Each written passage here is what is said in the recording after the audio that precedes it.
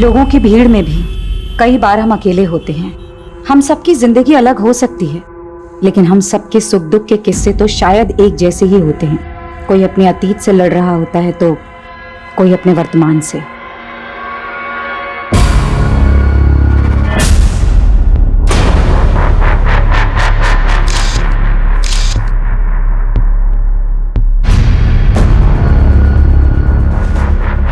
कहने को जिंदगी पल भर में नहीं बदलती, लेकिन कई बार जिंदगी का एक पल सब कुछ बदल देता है।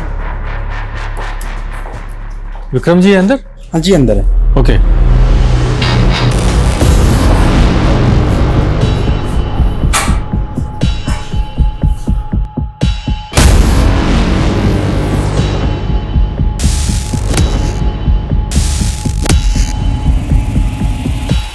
ये फाइल्स देखना ना सर।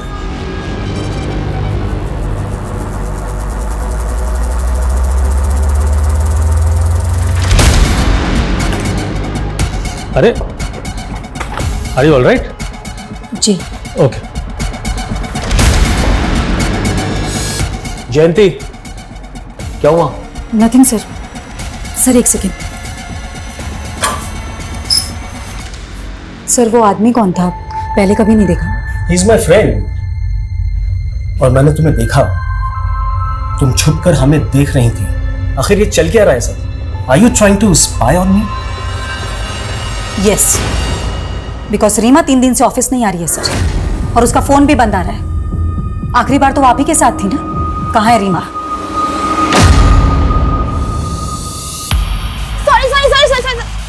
अरे क्या अर्पिता, इतना लेट? चल जल्दी कर, मूवी जाने के लिए लेट हो रहे हैं, जल्दी कर। मूवी? हाँ मूवी जाएंगे तो बहुत लेट हो जाएगा। मामा को क्या बहाना दूंगी? आज ट्यूसडे है ना, मंदिर का बोल दे। हाँ अर्पिता, मैं बस 15-20 मिनट में घर पहुंच रही हूँ बेटा, ठीक है? माँ, मैं कोचिंग से घर नहीं आ रही हूँ। वो हाईवे वाला मंदिर है ना, वहाँ जा रही हूँ अपने फ्रेंड्स के साथ। अरे इतनी दूर जाने की क्या जरूरत थी? माँ, एग्जाम के लिए मन्नत मांगी थी। मुझे बता देती ना बेटा, मैं साथ चल देती। माँ, मन्नत बताने से पूरी थोड़ी होती है। ठीक है, संभाल के आना। भैया हाईवे वाले मंदिर पे चलो।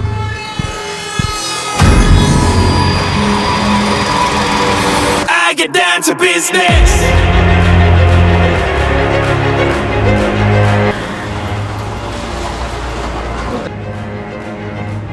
Number you have called is currently not reachable. Please try again later. Thank you. ये लड़की ना,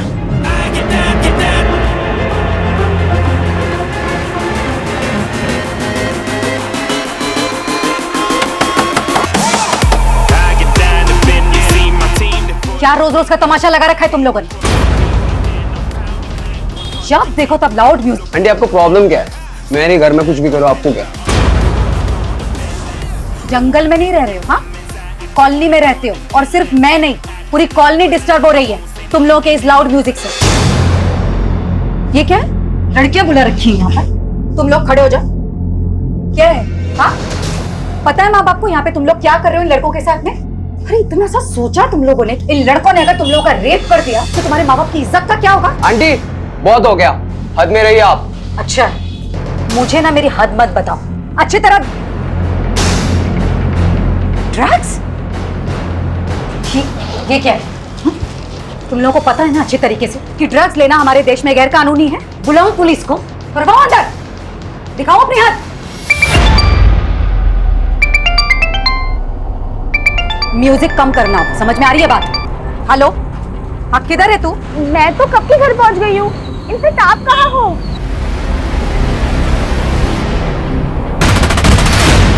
तो तू अब मुझसे खुलेआम झूठ बोलने लगी है। गई थी मैं तेरे कोचिंग सेंटर, वहां से पता चला कि तेरा एक लड़के के साथ चक्कर चल रहा है।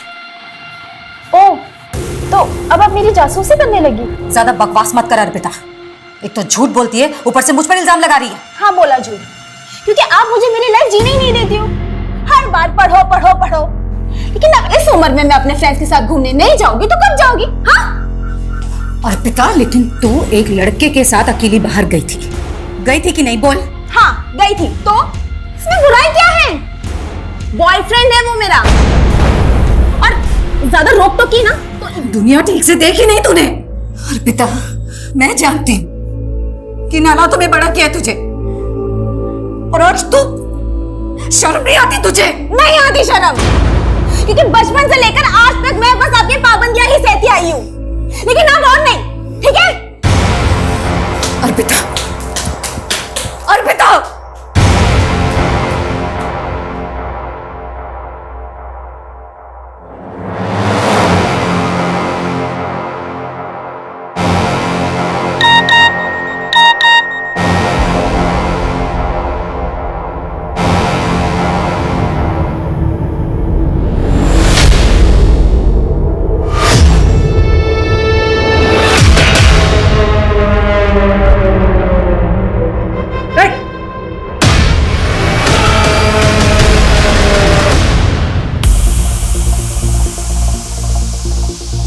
अरे यार अर्पिता, अपसेट क्यों हो रही हो? तुमने कुछ भी गलत नहीं किया है। यार, अगर आज मेरे पापा जिंदा होते ना तो मेरे साथ ऐसा बिल्कुल नहीं होता। Let's have a drink, okay? मैं नहीं करती ड्रिंक। अरे लेकिन अभी तुम्हें इसकी जरूरत है ना, तो पियो और सब कुछ भूल जाओ, ओके? अरे पियो यार, पियो। हाँ, शुरू में कड़वा लगेगा, अभी ठीक हो जाएगा। पूरा पियो।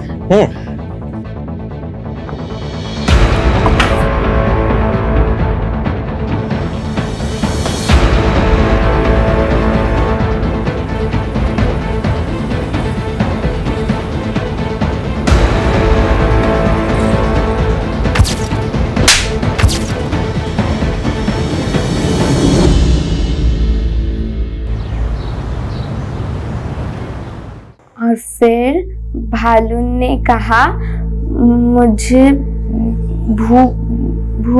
भूख लगी है। अरे गुड्डी, ये क्या पढ़ रही हो तुम? मैं तो एक हिंदी की कहानी पढ़ रही हूँ। मैं हिंदी लिख भी सकती हूँ, और पता है अब मुझे ना हिंदी में फुल मार्क्स आएंगे।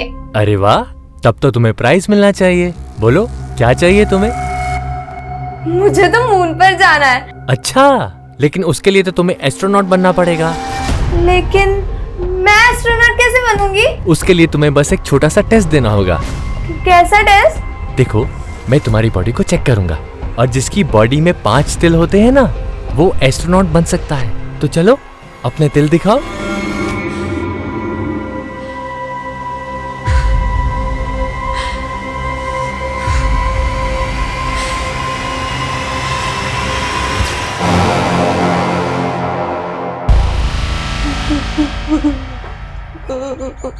और कौन कौन है आपकी फैमिली में? मेरे और मेरी मम्मी के अलावा और कोई नहीं। 10 साल पहले मेरे पापा की डेथ हो गई। मैं कल रात से घर पर नहीं थी। तो कहाँ थी आप रात भर? मैं पब गई थी। कौन सा पब? Christo pub. लेकिन शहर के सारे पब तो 1:30 बजे बंद हो जाते हैं। उसके बाद आप सुबह तक कहाँ थी? मैं अपने फ्रेंड के घर गई थी। आपको क्या लगता है आपकी माँ को किसने मारा होगा? पता नहीं सर, मुझे कुछ पता नहीं। पर हाँ, कल रात को मेरी मम्मा का पड़ोस के लड़कों के साथ झगड़ा हुआ था, क्योंकि वो पार्टी कर रहे थे इसलिए। अभी तो आपने कहा कि आप रात भर घर नहीं थी, फिर आपने ये सब कैसे देखा? क्योंकि मैं 10 बजे तक यही थी। आप कह रहे कि आपकी माँ को लड़कों से परेशानी थी, और फिर भी वो आपको रात को पब में जाने देती, जहाँ पर लड़के भी आते हैं। एक्चुअली वो पूरा ग्रुप था ना, इसलिए। त्यागी, ये लड़की झूठ बोल रही है या कुछ तो छुपा रही है। क्रॉस चेक करो, ये रात भर कहाँ थी।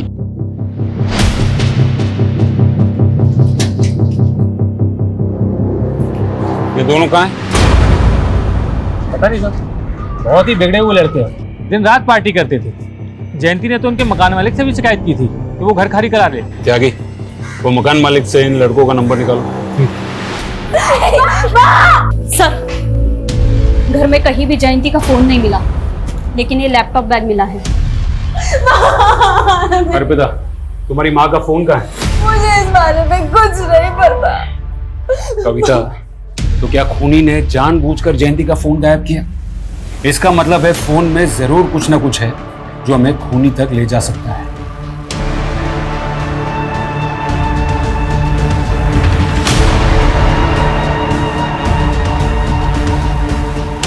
सर, लड़कों के मकान मालिक से बात हो गई है। दोनों लड़कों का नंबर मिला था, लेकिन सर दोनों का फोन स्विच ऑफ है। क्या ये हो सकता है कि वो दोनों खून करके गायब हो गए? चलो घर के अंदर घुसते हैं।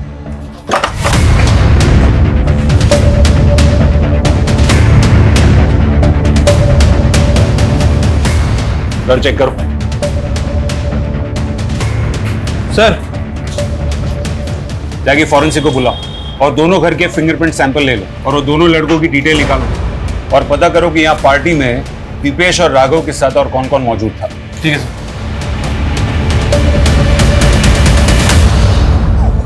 गुड्डी, सो रही है बेटा? क्या हुआ? मुझे माँ की याद आ रही है, मुझे उनके पास जाना है। लेकिन गुड्डी, माँ तेरा ध्यान नहीं रख सकती, इसलिए मैं हूं ना, तेरी बड़ी बहन, तेरी माँ। क्या हुआ गुड्डी, पेट क्यों पकड़ रखा है? मेरा पेट दर्द हो रहा है। स्कूल में इसने जरूर कुछ उल्टा सीधा खाया होगा, पक्की बात है। आपको कैसे पता? आप तो ऑफिस से अभी आ रहे हैं ना? अरे पागल हो गया तुम, इसमें पता करने वाली क्या बात है? एक नंबर की चटोरी है ये। स्कूल के बाहर ना इसने जरूर कुछ खाया होगा, पूछो इससे। गुड्डी खाया है कि नहीं?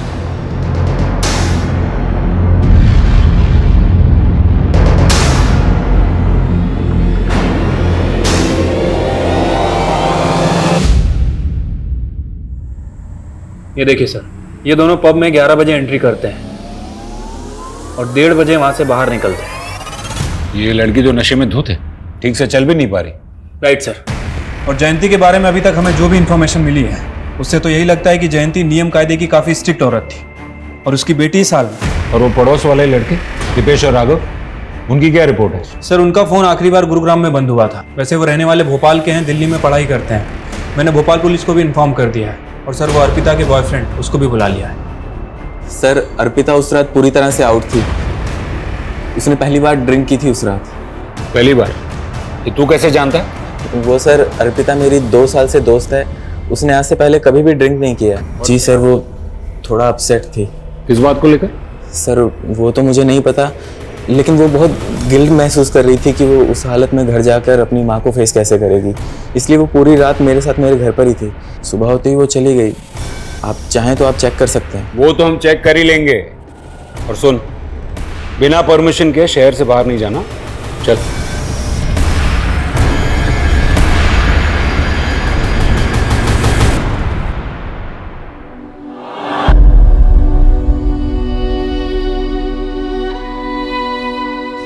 पता है, खुश रहना, मस्त रहना सबसे बेस्ट होता है। क्योंकि ना कभी किसी बात पे रोना भी आए ना, तो हंसकर टाल दो, सारा स्ट्रेस गायब हो जाता है और दिमाग भी शांत हो जाता है। समझी?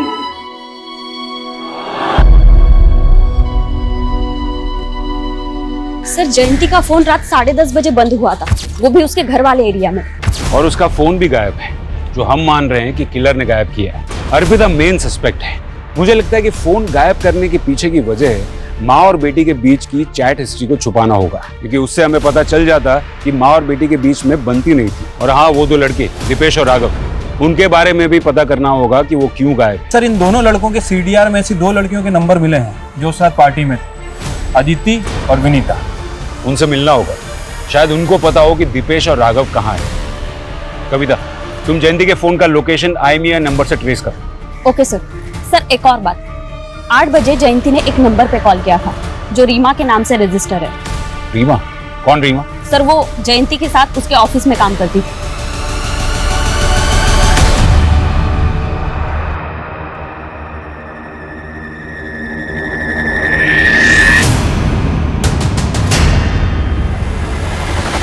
क्या है? कौन हो तुम? मैडम, आए दिन पेट दर्द की शिकायत रहती है। मुझे लगता है पेट से है। क्या?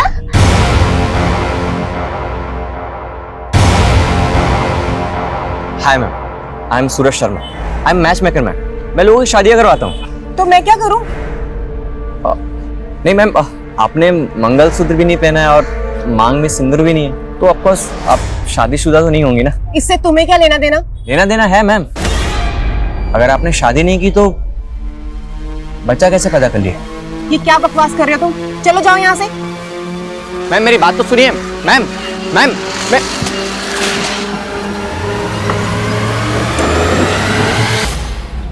दीदी, ये पेट से क्या होता है?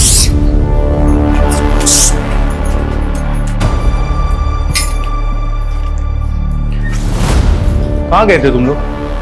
गुड्डी, क्या हो गया इसको? डॉक्टर के पास गए। गुड्डी 4 महीने प्रेग्नेंट है। क्या? इतने नादान क्या बन रहे हो? तुम्हें नहीं मालूम इस घर में तुम ही एक लौते आदमी हो।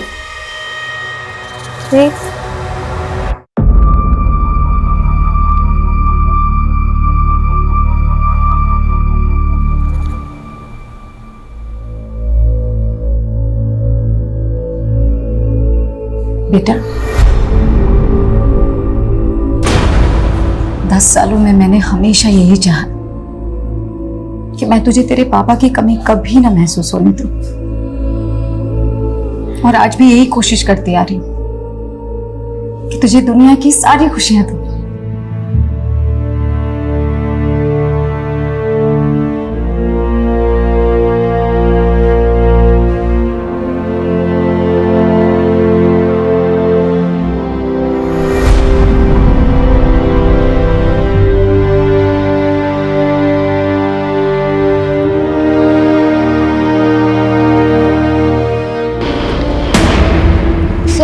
राघव और दीपेश के बारे में कुछ नहीं जानते हैं। अच्छा, कुछ नहीं जानते थे फिर भी उनके साथ पार्टी कर रहे थे? नहीं सर, हमारा मतलब है कि हमें उस मर्डर केस के बारे में कुछ नहीं मालूम है।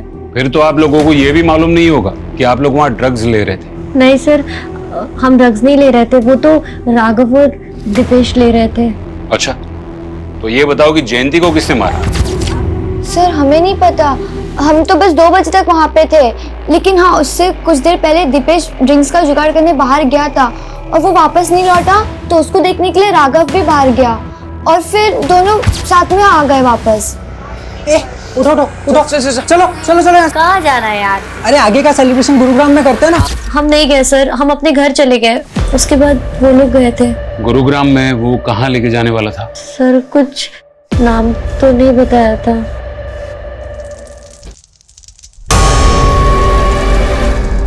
जयंती के बारे में सुनकर मुझे भी शौक लगा। बहुत ही नेक औरत थी। जयंती का ऑफिस में किसी से कोई इशू चल रहा था? I don't know. रीमा और आप? जी। जयंती ने हत्या के पहले करीब 8 बजे आपको कॉल किया था, क्या बात हुई थी? मैम एक्चुअली मेरी तबीयत खराब थी और उस दिन मैं ऑफिस भी नहीं आई थी, बस इसलिए मेरी हेल्थ के बारे में पूछ रही थी। जरूरत पड़ी तो दोबारा बात करेंगे। रीमा, मुझे पूरा अंदाजा है कि ऑफिस में तुम्हारे साथ क्या हो रहा है। सच सच बताओ, तुम्हारा बॉस तुम्हें मॉलेस्ट कर रहा है ना? जयंती प्लीज मुझे मेरे हाल पर छोड़ दो, और तुम भी इस सब में मत पड़ो। अरे लेकिन क्यों ना पढ़ूं? आज तुम्हारे साथ ऐसा हो रहा है, कल किसी और ऑफिस कलीग के साथ ऐसा होगा।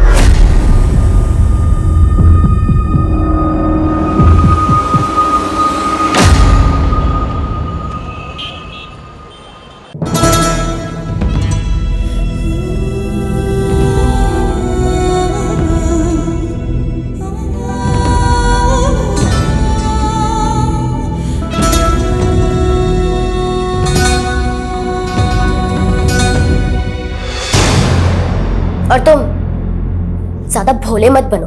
तुम अभी भी मुझ पे शक कर रही हो? जानती हो ना किसका पाप लेके घूम रही हो वो पेट में? क्या करूं मैं तुम लोगों का? अबॉर्शन तो मैं भी करवाना चाहती थी ना अरविंद, अब डॉक्टर ने मना कर दिया तो मैं अपनी बहन को मार तो नहीं सकती ना। कम से कम जब तक उसकी डिलीवरी नहीं हो जाती चिक चिक करना बंद करो।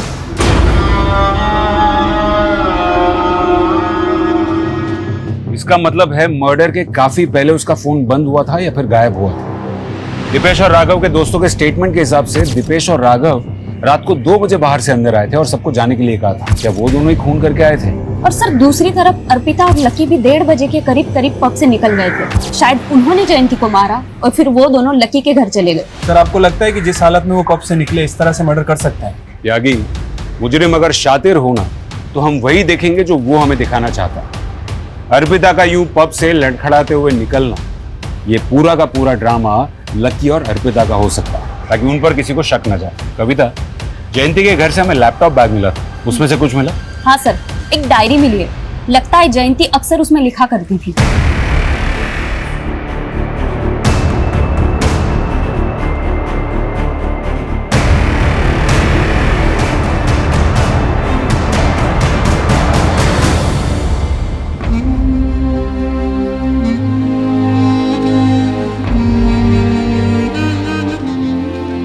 गुड्डी, ये लो दूध पी लो। नहीं दीदी, मुझे दूध नहीं पीना, उल्टी आती है मुझे। देखो, अब से तुम्हें अपना खाने पीने में ध्यान रखना होगा, ऐसे नहीं चलेगा बिल्कुल। हाँ, ओह, तो खाना खाने से बच्चा हेल्दी होगा? कोई जरूरत नहीं है इस पाप के लिए ममता दिखाने की। तुझे मालूम भी है कि तुझे कितनी तकलीफ होगी? डिलीवरी के टाइम पर जान तक का खतरा होता है, और मैं तुझे खोना नहीं चाहती गुड्डी। अरे दीदी, मुझे कुछ नहीं होगा। लेकिन दीदी, ये पाप क्या होता है? आप इस बच्चे को ऐसा क्यों कह रहे हो? मैंने तो पढ़ा था कि बच्चे भगवान का रूप होते हैं। मैंने अपनी ये हिंदी की किताब में पढ़ा था। तू भी तो बच्ची ही है, लेकिन भगवान को तेरे पे तो तरस नहीं आया। पर दीदी, मुझे जानना था कि बच्चा टमी से बाहर कैसे आएगा? जब बाहर आएगा तो पता चल जाएगा। बताओ ना दीदी, कैसे आएगा बाहर? जब बच्चा बाहर आएगा तो वो जोर जोर से रोएगा, तो तुझे पता चल जाएगा। अच्छा, वो रोएगा मतलब उसको दर्द होगा? तुझे अब भी उसके दर्द की पड़ी है? तुझे कितना दर्द होगा पता भी है? मतलब मुझे भी दर्द होगा?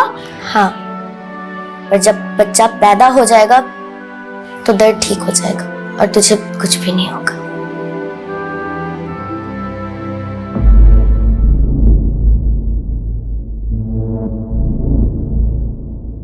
जब भी 25 जून आती है तो लगता है जैसे मेरे ऊपर एक बहुत बड़ा बोझ है जिसके तले दबी जा रही हूं। 10 साल पहले 25 जून को क्या हुआ था? मेरे पापा की डेथ हुई थी उस दिन। तो तुम्हारी माँ ने उनकी डायरी में ऐसा क्यों लिखा था कि 25 जून को उनका कोई बोझ उतर गया था? सर, मैंने उनकी डायरी कभी नहीं पढ़ी। नाम क्या था तुम्हारे पापा का? राजू। तुम्हारी मम्मी और पापा के बीच रिश्ता कैसा था? वैसे तो वो दोनों एक दूसरे से बहुत प्यार करते थे सर, लेकिन उनके बीच हमेशा झगड़ा होता रहता था। किस बात को लेकर? मेरे पापा का एक पैर काम नहीं करता था और वो एक छोटी सी फैक्ट्री में काम करते थे। उन्हें बिल्कुल अच्छा नहीं लगता था कि माँ उनसे ज़्यादा कमाती है। उन्हें माँ से कॉम्प्लेक्स था। इसी फ्रस्ट्रेशन में उन्होंने शराब पीना शुरू कर दिया। लेकिन पापा बहुत अच्छे थे, माँ उन्हें समझ ही नहीं पाई। तुम्हारे पापा की डेथ कैसे हुई? हार्ट अटैक आया था उनको। तुम्हारे बाकी कोई रिश्तेदार नहीं दिखे? ना तुम्हारी मम्मी की तरफ से ना पापा की तरफ से? मेरी माँ की तरफ से कोई नहीं था सर। माँ एक लौती बेटी थी और मैंने अपने नाना नानी को कभी नहीं देखा। बहुत पहले उनकी डेथ हो गई थी। और पापा की तरफ से? मेरी दादी थी, पर जब मैं 7 साल की थी तभी उनकी डेथ हो गई और पापा का भी कोई भाई बहन नहीं था। सर, मुझे तो लग रहा है ये अर्पिता कोई भी बात सही से नहीं बता रही। शायद वो चाहती ही नहीं कि उसके रिश्तेदार सामने आए और वो उन दोनों माँ बेटी के खराब रिश्तों के बारे में बता के उस पर शक जताए। कविता, अगर उसके माँ बाप के कोई रिश्तेदार हैं भी तो उनका तो पता लग ही जाएगा। जयंती के सीडीआर रिपोर्ट में मौजूद हर एक नंबर की डिटेल निकालो। जयंती के सोशल मीडिया अकाउंट्स भी चेक करो। मैं ये जानना चाहता हूँ कि जयंती ने अपनी डायरी में ऐसा क्यों लिखा था कि 10 साल पहले उसके पति के मौत वाले दिन उसके सर का बोझ उतर गया था। क्या जयंती के पति की मौत के पीछे कोई राज छुपा था? राजू, छोड़ो मुझे, छोड़ो मुझे, राजू, राजू। अर्पिता, अर्पिता, तेरे पापा को अटैक आया। मैं डॉक्टर को लेके आती हूँ। हाँ, तू ध्यान रखना। सर, राघव के एक दोस्त से पता चला है कि राघव और दीपेश गुरुग्राम के एक घर में है।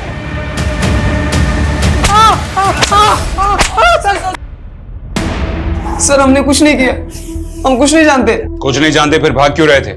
हम लोग ड्रग्स लेते थे और जयंती आंटी से झगड़ा भी होता सर। उस रात पार्टी में रात को 2 बजे अचानक अपने बाकी दोस्तों को भगा दिया। क्योंकि तुम दोनों मर्डर करना चाहते थे। नहीं सर, हमारा तो पहले से ही प्लान था 2 बजे निकलने का, लेकिन हाँ 2-2:30 बजे जयंती आंटी की बेटी अर्पिता को हमने वहां पे देखा था सर। खुद को बचाने के लिए उनकी बेटी को फंसा रहे हो। हम लोग सच बोल रहे हैं सर। एक मिनट सुनिए, आपने अर्पिता को देखा? वो तो कल से नहीं दिखी। सर, अर्पिता के घर पे तो ताला लगा हुआ है। इसका मतलब है कि वो इन्वॉल्व है मर्डर में, इसलिए भाग गए। लकी कहाँ है? सर, लकी घर पे था, वर्मा उसे लेकर आ रहा है। झूठ बोलता है। तूने कहा था कि तू उस रात अर्पिता को अपने घर पर लेकर गया था, लेकिन उसके पड़ोस में रहने वाले लड़कों ने अर्पिता को उसके घर पे जाते हुए देखा था। सर, वो लड़के झूठ बोल रहे हैं सर। सर, मुझे लगता है कि उन लड़कों ने ही अर्पिता को कहीं गायब किया है ताकि वो आपसे ये झूठ बोल सके। सर, आप मेरी बात पे यकीन कीजिए सर। त्यागी, ना तो हम ये दीपेश और राघव का भरोसा कर सकते हैं और ना ही लकी का। राइट सर, अर्पिता ही हमारी प्राइम सस्पेक्ट है, लेकिन अभी तक वो गायब है सर। ये अर्पिता का फोटो सर्कुलेट करो। ठीक है सर, लेकिन सर उसकी बेटी प्राइम सस्पेक्ट निकली और कोई दूसरे रिश्तेदार का कुछ पता नहीं चल रहा है, तो क्या करें? मॉर्ग वालों को कहें अंतिम संस्कार करने के लिए, और कर भी क्या सकते। लेकिन त्यागी, हमें जयंती के कातिल को जल्द से जल्द ढूंढना होगा, फिर चाहे वो उसकी बेटी हो या फिर कोई और। मैं बेटी हूँ, बीवी हूँ, बहू हूँ, माँ हूँ, लेकिन सबसे पहले मैं क्या थी और सबसे आखिर में मैं कौन हूँ? मैं सिर्फ औरत हूँ। औरत होना मेरा स्वाभिमान है, और जब जब मेरे स्वाभिमान को ठेस लगी है मैंने खुद को संभाला है, क्योंकि मैं सहनशील भी हूँ। सर, जयंती का सोशल मीडिया अकाउंट चेक कर रहा था। ये देखिए, एक अकाउंट मिला है। अरविंद सिंह। सर, जयंती इस अकाउंट को काफी फॉलो करती थी, इनफैक्ट इसके बहुत सारे पोस्ट को लाइक भी किया है। ये देखिए, मुझे लगता है कि इसका और जयंती का कोई कनेक्शन है, आगरा का ही रहने वाला है। बेचारी गुड्डी। गुड्डी? जी, हम जयंती को प्यार से गुड्डी बुलाते थे। क्या आप बता सकते हैं कि जयंती की बेटी अर्पिता कहाँ हो सकती है? ये आप क्या कह रहे हैं? जयंती की बेटी भी है? मतलब आप नहीं जानते? देखिए, दरअसल मैंने और सुजाता ने गुड्डी की शादी के बाद से उससे दूरी बना ली थी। कौन सुजाता? जी, गुड्डी की बड़ी बहन, मेरी स्वर्गवासी पत्नी, उनका नाम सुजाता था। अरविंद जी, ऐसी क्या वजह थी जो आप लोगों ने जयंती से रिश्ता तोड़ दिया? उसका दुर्भाग्य, उसका अतीत। 12 साल की मासूम थी जब उसके साथ बलात्कार हुआ। 12 साल की उम्र में बलात्कार? कौन था वो? चुकी थी गुड्डी, 4 महीने से पेट से हो चुकी थी, अबॉर्शन नहीं करा सकती थी वो। आप दोनों ने उन 2 लड़कों के खिलाफ कोई पुलिस कार्रवाई भी नहीं की? उन दोनों के अब्बू बहुत ताकतवर लोग थे साहब। मैं और सुजाता अगले दिन उसके अब्बू के पास गए उसकी शिकायत लेकिन अगले ही दिन वो दोनों गुंडे हमारे घर में घुस पड़े। वो अंजाम होगा तुम लोग का जो तुम लोग सपनों में भी नहीं सोच सकते। रातों रात हम घर छोड़ के भागे और एक दूसरे शहर में किराए के मकान पे रहने लगे वहीं। लेकिन क्या मालूम सर, उसकी जिंदगी पे उसका अतीत भारी पड़ गया। मतलब आप ये कहना चाह रहे हैं कि उन्हीं 2 लड़कों ने जयंती का खून किया है जिन्होंने बचपन में उसका रेप किया था? रिजवान शेख नाम है उसका, दिल्ली में मशाल पार्टी का नेता है। और वो दूसरा है ना, परवेज अंसारी नाम है उसका। सर, वो भी अभी दिल्ली में ही रह रहा है। आपके पास गुड्डी की बचपन की फोटो है? सब वो होगी तो सही, लेकिन एक बार मुझे ढूंढना पड़ेगा। Excuse me. हाँ कविता, बोलो। सर, जयंती के फोन का IMEI नंबर ट्रेस हुआ था। सर, हमें वो फोन एक कचरा बिनने वाले के पास मिला। जयंती के फोन का सारा डेटा रिट्रीव करो। Okay sir.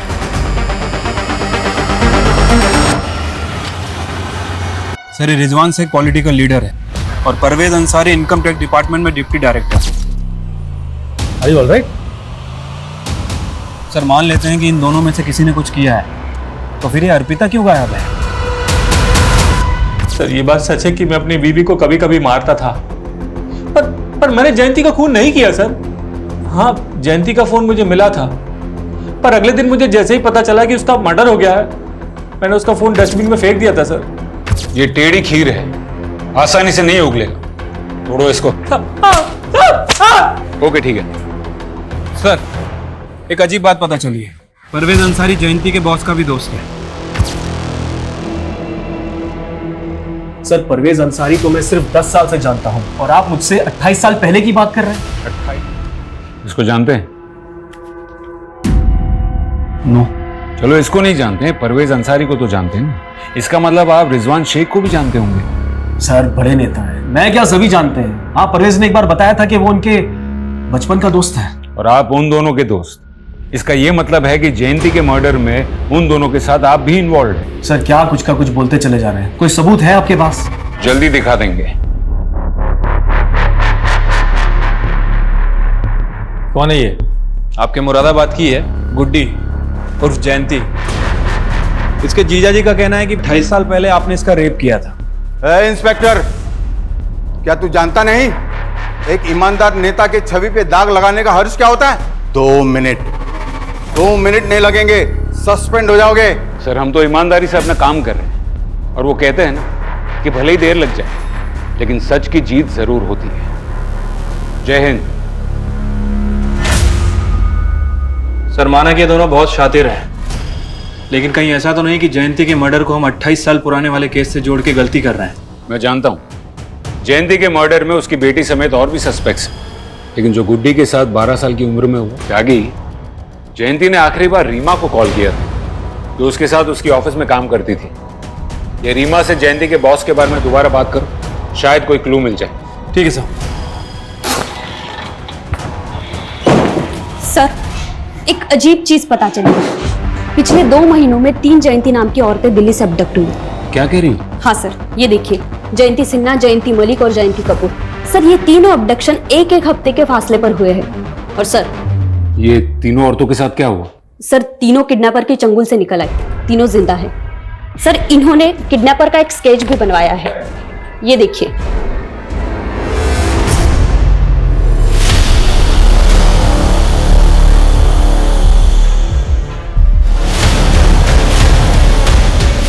सर मुझे तो अभी तक ये समझ में नहीं आ रहा कि उसने मुझे किडनैप क्यों किया था।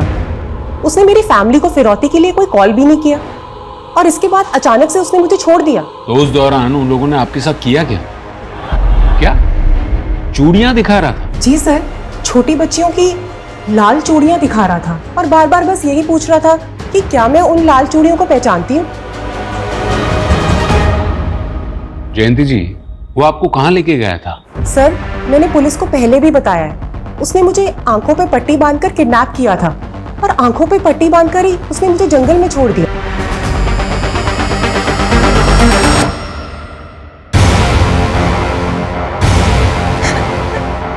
प्लीज मुझे छोड़ दो। तुझे तो मैं कभी नहीं छोड़ूंगा। ये तो गनीमत समझ कि तुझे अभी तक जिंदा छोड़ा हुआ है, लेकिन तेरी मौत तो पक्की है। सर मैंने जयंती नाम की बाकी की औरतों से भी बात की है। सर सभी का स्टेटमेंट पहली वाली जयंती से मैच कर रहा है। सर कहीं ऐसा तो नहीं कि वो कोई सुपारी किलर था जिसने जयंती को देखा ही नहीं था, लेकिन जब उसे असली जयंती मिली उसे आइडेंटिफाई किया और उसका मर्डर कर दिया। लेकिन फिर वो लाल चूड़ियां क्यों दिखा रहा था, वो भी बच्चियों की चूड़ियां?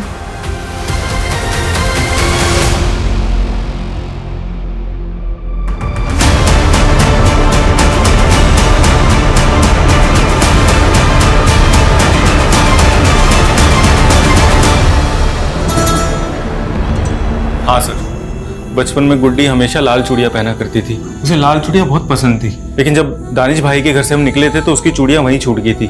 कौन दानिश? सर दरअसल बच्चा पैदा होने के बाद मैं, सुजाता और गुड्डी हम तीनों फरीदाबाद में शिफ्ट हो गए थे। दानिश भाई के घर पे किराए पे रहने लगे थे। मेरे गोलू, अरविंद जी, अरे अस्सलाम वालेकुम। नमस्ते, आइए ना। अरे वो किराया। हाँ सुजाता। अरे कितना प्यारा बच्चा है, माशाल्लाह माशाल्लाह। कितनी उम्र है बच्चे की? अभी 1 साल का हुआ है, मेरा बेटा है। अरे वाह वाह वाह वाह। ये रेंट। शुक्रिया। चलिए दोबारा आइएगा जरूर। हाँ हाँ। जीजू आपने ऐसा क्यों कहा कि ये आपका बेटा है? ये तो मेरा बेटा है ना। गुड्डी तुझे कितने बार समझाया ना कि तू बिना शादी किए माँ बनी है, और वो भी इतनी सी उम्र में। भूल से भी किसी को ये मत कहना कि ये तेरा बेटा है, समझी?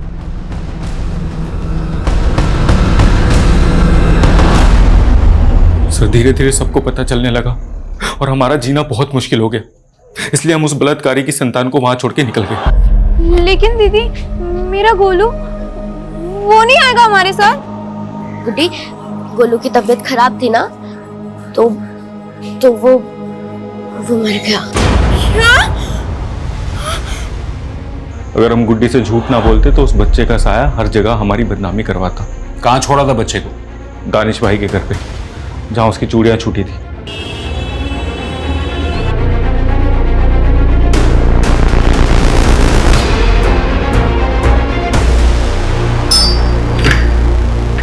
दानिश जी।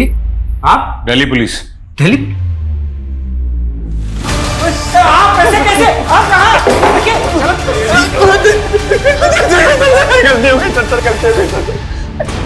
सर वो तो उस बच्चे को यहाँ छोड़ के चले गए थे, लेकिन मैंने करीम को अपने बेटे की तरह पाला है। मतलब कि करीम ही जयंती उर्फ गुड्डी का बेटा है। मैंने अपनी माँ को नहीं मारा सर। बचपन से लोग मुझे चिढ़ाते थे कि मेरा बाप कौन है। लोग कहते थे कि मैं नाजाज औलाद हूं, लवारिस हूं। इसलिए सर मैंने बचपन में ठान लिया था कि मैं अपनी माँ को ढूंढ के रहूंगा। सर मुझे सिर्फ इतना पता है कि उस लड़की का नाम जयंती था, बाकी उसके दीदी और जीजा जी उसे गुड्डी कह के बुलाते थे। तो तुम जयंती नाम की औरतों का पता लगाकर उन्हें अगवा कर रहे थे?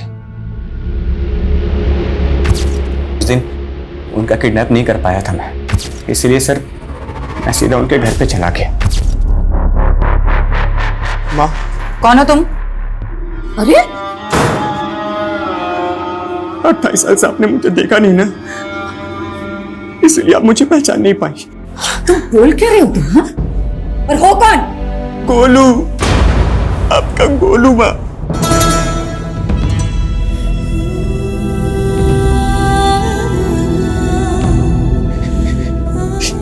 ये आपकी चूड़ी दानिश अबू ने दी है।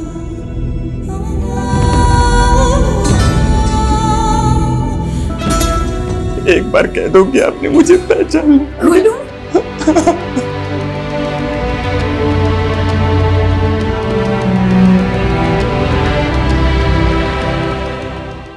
तो मारा क्यों? सर मैं क्यों मारूंगा, बल्कि उन्होंने तो मुझे अपना लिया था। हाँ बस मेरे असली बाप के बारे में उन्होंने कुछ भी नहीं बताया, लेकिन मुझे मेरी माँ मिल गई थी।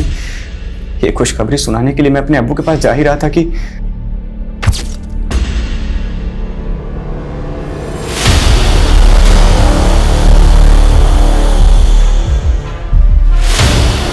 अर्पिता।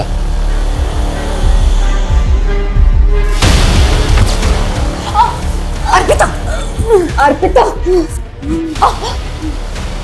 तू पी कर आ रही है? मुझसे क्या पूछते हो? आप जवाब दो। इतनी रात को उस लड़की के साथ क्या कर रही थी? फिर से थप्पड़ मारा, फिर से हाथ उठाया। पापा को भी ऐसे ही मारा था ना? वो एक एक्सीडेंट था अर्पिता। शराब के नशे में ना वो मुझे मारना चाहता था। झूठ बोलती है तू, झूठ बोलती है, झूठ बोलती है औरत। लकी जानता था ना कि मर्डर तुमने किया है? हाँ सर, वो मुझसे प्यार करता था। मुझसे बहुत बड़ी भूल हो गई सर। मुझे नहीं पता था कि मेरी माँ बचपन से इतना सब सहती आ रही है। इतने सालों से मैं अपनी माँ के लिए वेट कर रहा था सर, और मिला भी तो सिर्फ एक दिन। हाँ मुझे अर्पिता पे शक था कि उसी ने कुछ किया, इसलिए मैंने उसका अपहरण किया था सर। लेकिन चाहकर भी मैं उसे मार नहीं पाया सर। आप ही बताओ कैसे मारता? आखिर थी तो मेरी बहन ना। कैसे एक गुनाह कई जिंदगियों को दर्द और बदनसीबी से भर देता है। अगर 28 साल पहले गुड्डी को इंसाफ मिल चुका होता तो शायद आज हम उसके अंजाम को बदल सकते थे। त्यागी, ताज्जुब की बात तो ये है कि एक माँ अपने बेटे से 28 साल बाद मिलती है और उसकी बेटी को ऐसी गलतफहमी होती है कि उसने एक ही झटके में उसकी जान ले ली। लेकिन सर गुड्डी उर्फ जयंती, उसका इंसाफ अभी तक अधूरा है। उसके रेपिस्ट अभी तक बाहर घूम रहे हैं। अगर सर हम कोर्ट से परवेज और रिजवान के डीएनए टेस्ट का ऑर्डर ले लें तो करीम से उसका डीएनए मैच करके पता चल जाएगा कि उसका असली बाप कौन है। लेकिन त्यागी, रेप विक्टिम भी सिर्फ गुड्डी के जीजा जी के बयान पर कि परवेज और रिजवान ने उसका रेप किया था? मुझे नहीं लगता है कि रेप विक्टिम की गैर मौजूदगी में उन पे कोई केस बनेगा। कोर्ट पहली सुनवाई में अपना केस डिसमिस कर देगा। मतलब सर 28 साल के बाद भी गुड्डी को इंसाफ नहीं मिलेगा। सर, रीमा ने नया बयान दिया है। रीमा का कहना है कि उसका बॉस विक्रम उसे मोलेस्ट करता था सर विक्रम ने अपने दोनों दोस्त रिजवान और परवेज के साथ मिलकर उसे एक फार्म हाउस पे ले जाकर फोर्स सेक्स के लिए मजबूर किया। लेकिन सर रीमा कोर्ट में बयान देने के लिए रेडी है। तो अब हमें परवेज और रिजवान की डीएनए टेस्ट की परमिशन मिल जाएगी। सच चाहे जितना छुपा लो, एक ना एक दिन तो बाहर निकल ही आता है।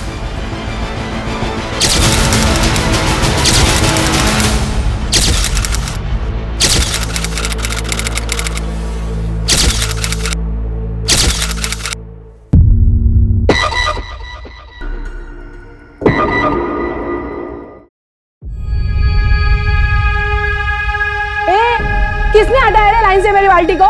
किसने? तूने हटाया ना? हाँ हटाया। तो लाइन में बाल्टी लगा के चली जाएगी, तेरा नौकर बैठाएगा पानी भरने को। आगे क्या रखती है? चल पीछे जा, ले भर ले पानी। क्या बच्चों की तरह झगड़ा कर रहे हो? निर्मला ताई, इसकी गलती है। मैं लाइन पे लगा के गई थी मेरी बाल्टी को, इसने हटाया। मैं जरूरी काम से गई थी मेरे घर में। मोबाइल में फिल्म देखने का जरूरी काम बोलते ना। शांति, लड़ाई बंद कर। और विमला तू, वो आगे से दूसरी मेरी बाल्टी तू लगा ले, मैं हटा लेती हूँ। नहीं नहीं नहीं नहीं, रहने दो। तुमको बाकड़े पे जाना पड़ता है ना, मैं ही रखती हूँ पीछे मेरी बाल्टी।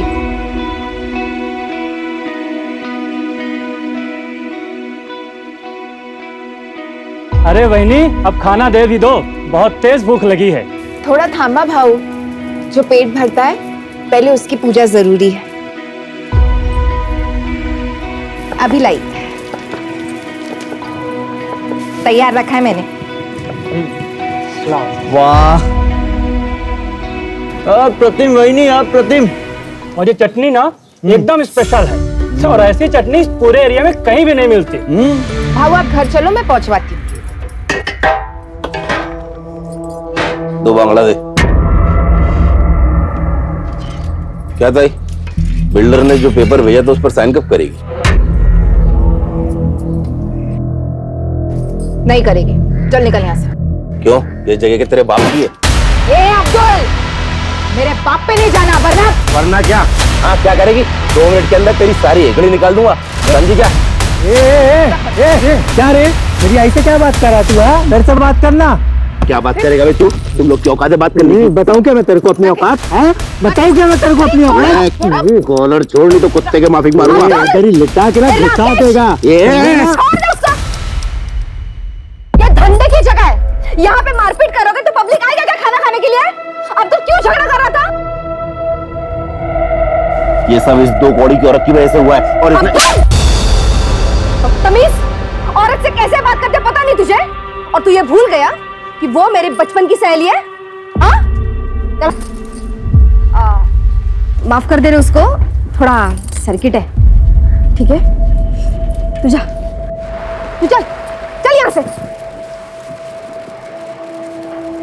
जाने दे, काम कर।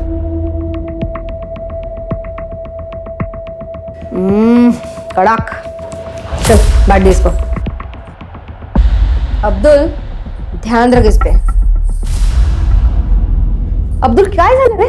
हाँ, कितने देर तक ऐसे मुंह लटका के बैठेगा तू? लेकिन ताई वो अपना जो माल है ना, उससे ज्यादा कड़क पकड़ उस निर्मला की चाल वालों पे। साला 40% लोग इस निर्मला के वजह से साइन नहीं कर रहे हैं। जिस रीडेवलपमेंट का काम हमने लिया ना, वो रुक गया है। ऐसे में तेरा ऐसा बर्ताव सब गड़बड़ कर देगा यार। सुन, निर्मला को मैं हैंडल करती हूँ, तू फक्त बघ मी काय करते। काय निर्मला, कशी आहेस? क्या काम है? तेरे फायदे का काम है। देख, मैंने तेरे लिए एक स्पेशल अरेंजमेंट किया। इन 40 वालों के लिए 1 BHK का फ्लैट है। मैं तेरे लिए 2 BHK का फ्लैट अरेंज कर रही हूँ, और उसके साथ सोफा, AC सब कुछ। और उसके साथ मैं तेरे को 10 लाख रुपए देती हूँ। फिर तो अपना बाकड़ा हटा के मस्त दुकान खरीद लेना। क्या बोलती है? और बाकी 40 वालों का क्या होगा? निर्मला, सबके बारे में सोचना बंद कर, अभी तू अपने बारे में सोचना। तू सिर्फ अपना घर बिल्डर को दे दे, और ये 40 वालों का घर भी बिल्डर को दे दे। क्या बोलती है? तो तू मुझे रिश्वत देने की कोशिश कर रही है? अरे नहीं रे। ए विमला, ममता, शांति, बाहर आओ रे। निर्मला, तेरे और मेरे बीच की बात थी ना? नहीं, ये सब 40 वालों के भविष्य की बात है। ये माधुरी, जो खुद को इस एरिया की भाई समझती है, दादा समझती है, रिश्वत दे रही है मुझे। कहती है मैं मेरा और तुम सबका घर बिल्डर के नाम करवा दूं। निर्मला चुप रह, समझी? नहीं रहूंगी। क्या कर लेगी? मार डालेगी मुझे? हाँ, तू रुक, यही रुक। देखा, तुम लोगों के भले के लिए मैं सब कर रही हूँ और ये निर्मला तू क्या मारेगी मुझे? हाँ, मैं खुद ही अपनी जान ले लूंगी। सलमा बात को समझ।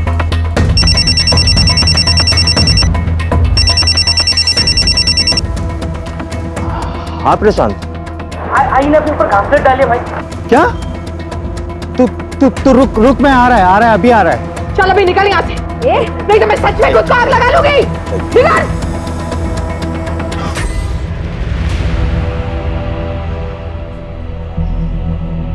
आई क्या हुआ तेरे को? है तू ठीक है ना? काकी इधर कुछ हुआ है क्या? आई एड़े तू बैठा क्या? जाना अंदर से कंबल लेके आ। आई दिखा जाऊ जना घरी आता।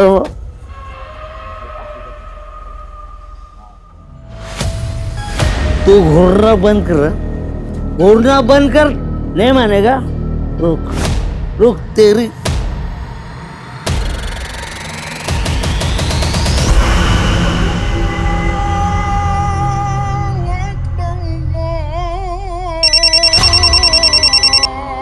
अस्सलाम वालेकुम साहब, तुमने फोन किया था? हाँ साहब, वो आपको एक जरूरी बात बतानी थी, अगर आप माधुरी ताई को ना बताएं तो। बोलो साहब। वो माधुरी ताई निर्मला से रिश्ता निभाने के चक्कर में कोई भी कड़ा कदम नहीं उठा रही है, इसीलिए उसके लोग साइन नहीं कर रहे हैं। माधुरी रिश्ते निभा रही है तो निभाने दो, तुम किस लिए? मुझे मेरे काम से मतलब है।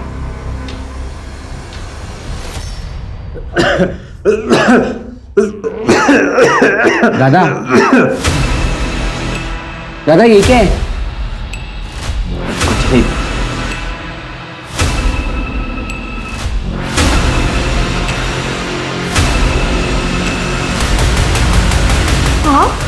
माफ करेगी? ये लीजिए पानी। ए आई, क्यों कर रही है तू ये मेहमान नवाजी? ए चल बाहर, चल निकल यहाँ से, चल निकल। राकेश छोड़ बाबा को। क्यों चाहिए आई 8 साल बाद ये आदमी तेरे को? हाँ, भूल गई तू कैसे हम लोग को रोड पे छोड़ के गया था भीख मांगने के लिए? आई, इस घर को, इस परिवार को किसी की जरूरत नहीं है। ए खड़ा क्या है तू? चल बाहर, चल। अब एक शब्द और निकाला ना तो खैर नहीं तेरी। मैंने इतनी पूजा पाठ की ताकि ये वापस आ जाए और तू ऐसा सलूक कर रहा है इनके साथ। कहीं नहीं जाएंगे ये। ठीक है, रख तू इसको, मैं ही निकल जाता हूं। राकेश,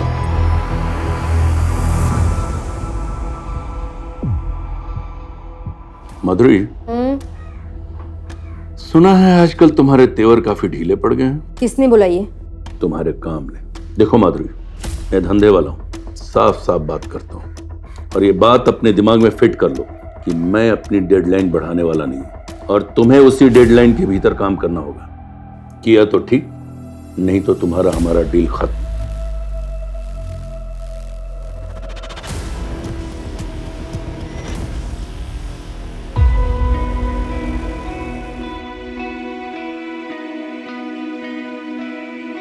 राकेश, प्रशांत, तुम दोनों का नाश्ता बना लिया है, खा लेना। इतनी सुबह सुबह काय को बना दिया ये नाश्ता? मंदिर जा रही हूँ मैं, आने में देर हो जाएगी।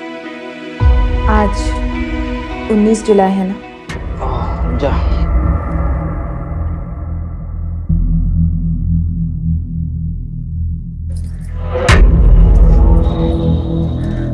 सुनिए, चटनी जरा ज्यादा डालिएगा, लोग इसी के लिए आते हैं।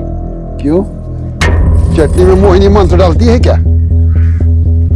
आप भी ना। ये लो भाई, ये लो। अरे लाता है 2 प्लेट लाता है। बंद करो इस जहर की दुकान, बंद करो सब। चल बंद कर, चल। क्या हुआ भरत भाऊ? क्या हुआ भरत भाऊ? हाँ, अरे अपने खाने से लोगों को हॉस्पिटल पहुंचा के पूछती क्या हुआ भरत भाऊ? अरे क्या तुम लोग को समझ में नहीं आ रहा है? हाँ, तुम लोग को भी खून की उल्टी करने का है? निकलो यहाँ से, चल।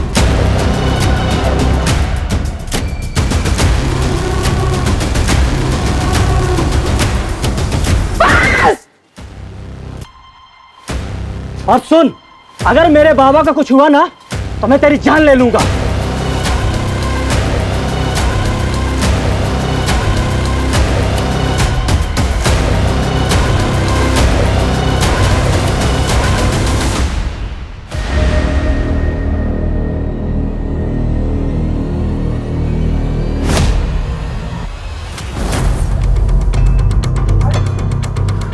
मुझे आई के पास जाना है।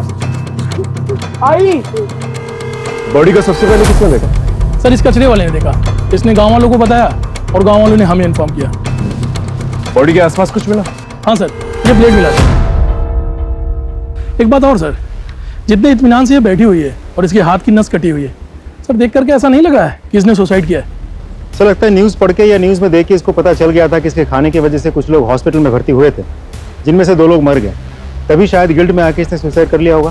फिलहाल किसी नतीजे पे नहीं पहुंचते। बॉडी को पोस्टमार्टम के लिए भेजा और फॉरेंसिक टीम को कहा।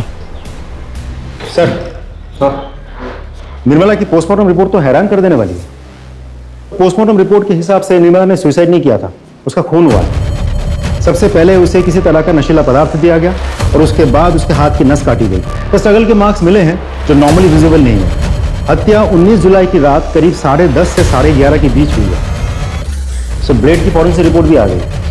फॉरेंसिक रिपोर्ट के हिसाब से ब्लेड पर जो ब्लड मिला है उसके साथ निर्मला के ब्लड ग्रुप मैच तो होता है, लेकिन उस ब्लेड पर किसी के भी फिंगरप्रिंट्स नहीं मिले, जबकि ब्लेड पर निर्मला के फिंगरप्रिंट्स होने चाहिए थे। जी मैं वही सोच रहा था, कोई अपने घर से दूर जाकर सुसाइड क्यों करेगा? किसी ने बड़ी चालाकी से इस मर्डर को सुसाइड की शक्ल देने की कोशिश की है। लेकिन ऐसा कौन कर सकता है सर? हो सकता है विजय होगा, क्योंकि उनके घर पे फूड पॉइजन से मौत हुई। राइट सर, और दोनों के पास स्ट्रॉन्ग मोटिव है। फोन करके बुलाओ ना। सब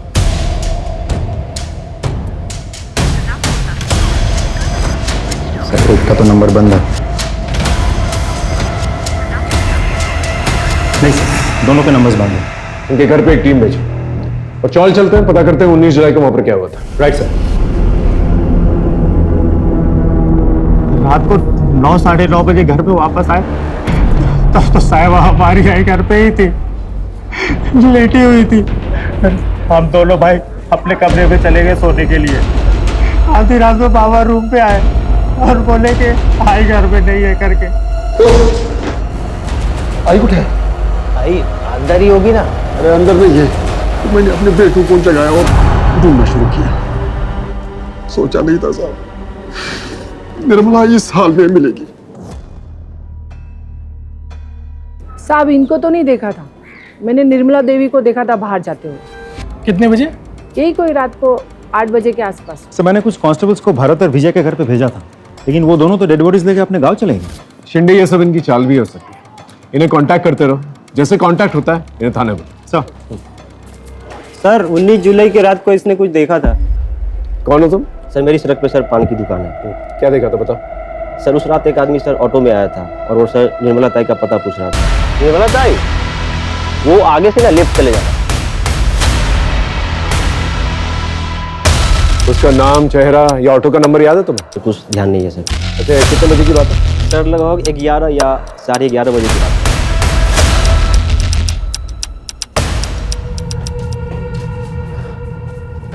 अच्छा उस रात को घर पे कोई आया था क्या? मालूम नहीं साहब, हम दोनों तो सो गए थे।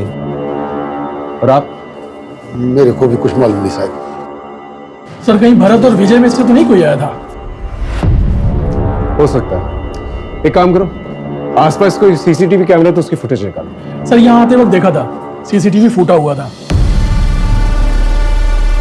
देखो साहब, मुझे अच्छे से तो याद नहीं है जो कैमरा मैंने फोड़ा है, लेकिन अगर बाकी के लोग बोल रहे तो फोड़ा होगा। सीधा सीधा बता, वो कैमरा तूने तोड़ा था अपनी मर्जी से या किसी ने पैसे दिए थे तुझे तोड़ने के लिए? अपन आपको सीधा सीधा बोल, जो भी हुआ वो नशे की हालत में हुआ, और ये आप बेवजह मुझ पर दबाव मत बना। सुन, बेवजह तेरे पे दबाव नहीं डाल रहे हम। 16 तारीख को तूने सीसीटीवी तोड़ा था कि नहीं? 19 तारीख को किसी ने उसका खून कर दिया। बेटा तेरे पास वजह तो बहुत सॉलिड है, अब तू डिसाइड कर ले, यहाँ सीधे सीधे बताएगा या तेरी हड्डियां तोड़ू मैं? मैंने अपना बयान बता दिया, अभी आपको जो सोचना है वो आप सोच सकते। ठीक है चल जा। तू नहीं मारा ना मेरी आई को? अरे काहे बड़बड़ करता है, मैं कभी वापस आया हूँ तो ऐसा जगह करते रहता है। देख घर में मातम का माहौल चल रहा है, थोड़ी शांति बना कर। और तू तुझसे सवाल जवाब करने होंगे मुझे। जब भी फोन करूंगा ना फौरन आता है।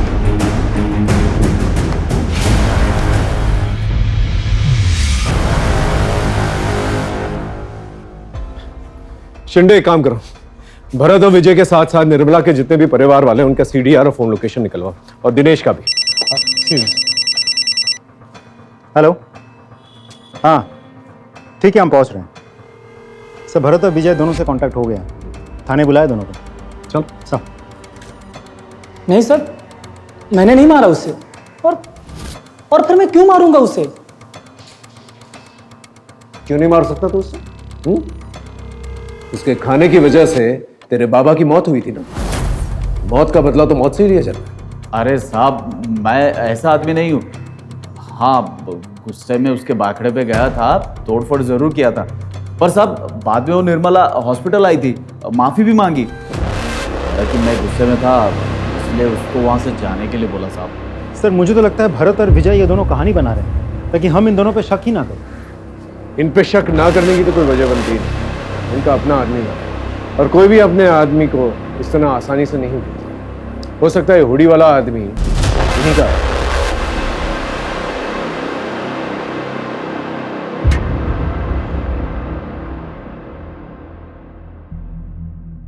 आप कुछ जानती हैं, कुछ कहना चाहती हैं? साहब ये सब कुछ वो बिल्डर ने करवाया है और माधुरी ने किया है।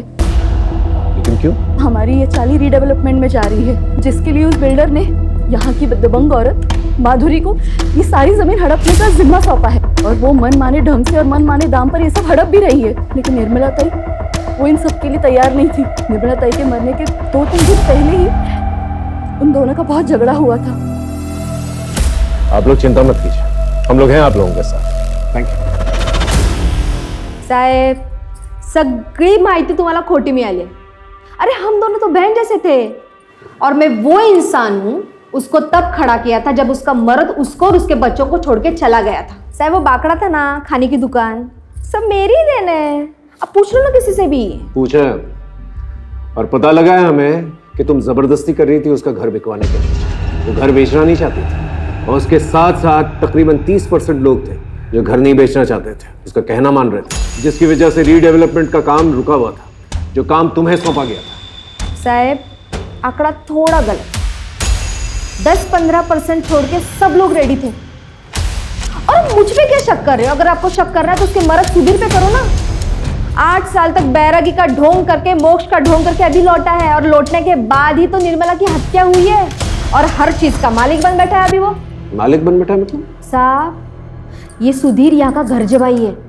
ये जो था वो सब निर्मला के बाबा का था, और उन्होंने मरने के पहले सब निर्मला के नाम पे कर दिया था। सुधीर के बारे में और क्या जानती हो? मुझसे क्या पूछ रहे हो साहब? आप खुद छानबीन कर लो ना, आपको बहुत कुछ पता चलेगा उस बैरागी सुधीर के बारे में।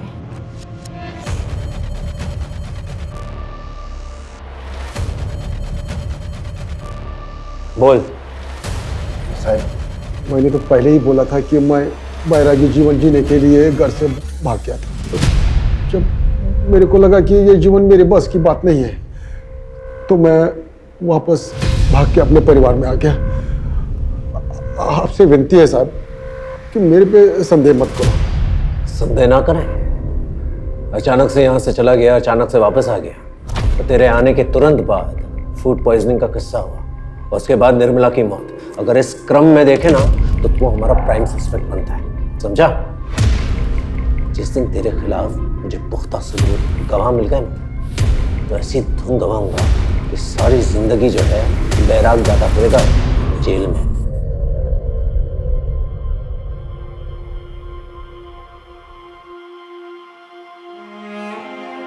आई, ये तो मी। अरे थांब थांब थांब, इसको रख नीचे। आई काय झालं आता? जरा पकड़ ना। आई रहने दो ना ये सब, खेलने जा रहा हूँ, पूजा करने नहीं। अरे तेरे लिए तो वही पूजा है ना, और आज तेरा ट्रायल है। ये खास ताबीज तेरे बहुत काम आएगी। चल चल, अब देरी हो जाएगी। हाँ तू जा। मैं निकतो।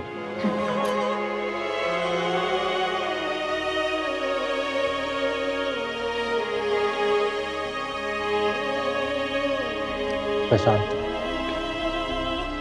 खाना खा ले भाई। मुझे भूख नहीं है।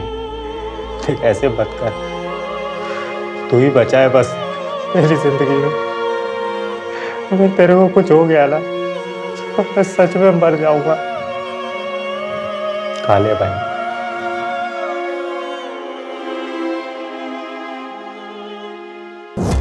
सर निर्मला, भरत, विजय, माधुरी, दिनेश, राकेश और प्रशांत, इन सब के कॉल डिटेल्स आ गए हैं और मोबाइल लोकेशन डिटेल्स। सुधीर?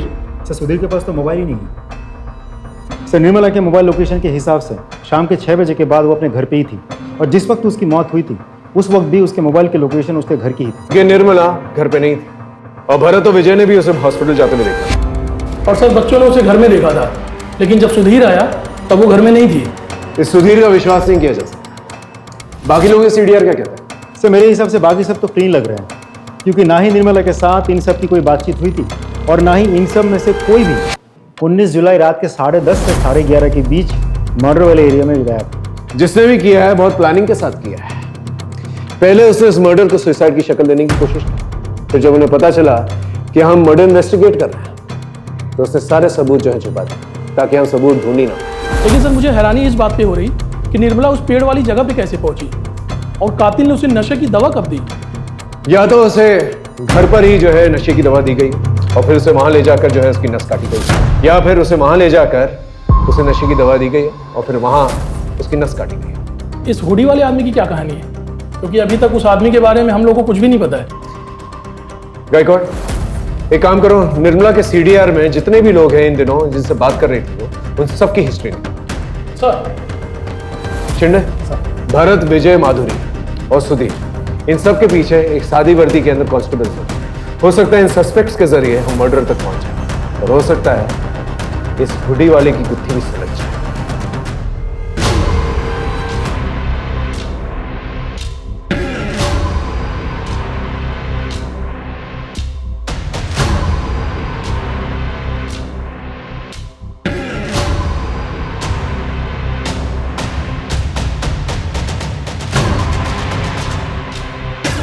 अरे सुधीर भाऊ, मोबाइल तो लेते जाओ, मालूम आज के टाइम में इसके बिना जीना मुश्किल है।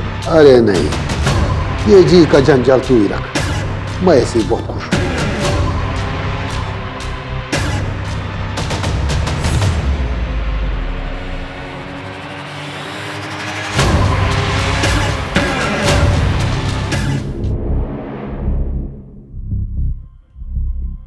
गुड्डे ठेवली, ये 19 जुलाई किसी को याद क्यों नहीं रहता? आई? हाँ। आई इसे ढूंढ रही है क्या? अरे हाँ, कहाँ मिला? दादा ने बिस्तर के पास छोड़ दिया था। तू मेरा राजा बेटा है। पता है कितना काम है आज? चल मैं निकलती हूँ।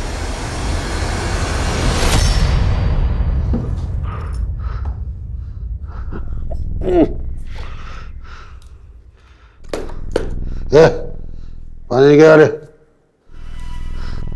बाबा, आपको शर्म नहीं आती ना? अभी आई को गए हुए 7 दिन भी नहीं हुए और तुम अपने बाबा को ज्ञान देगा?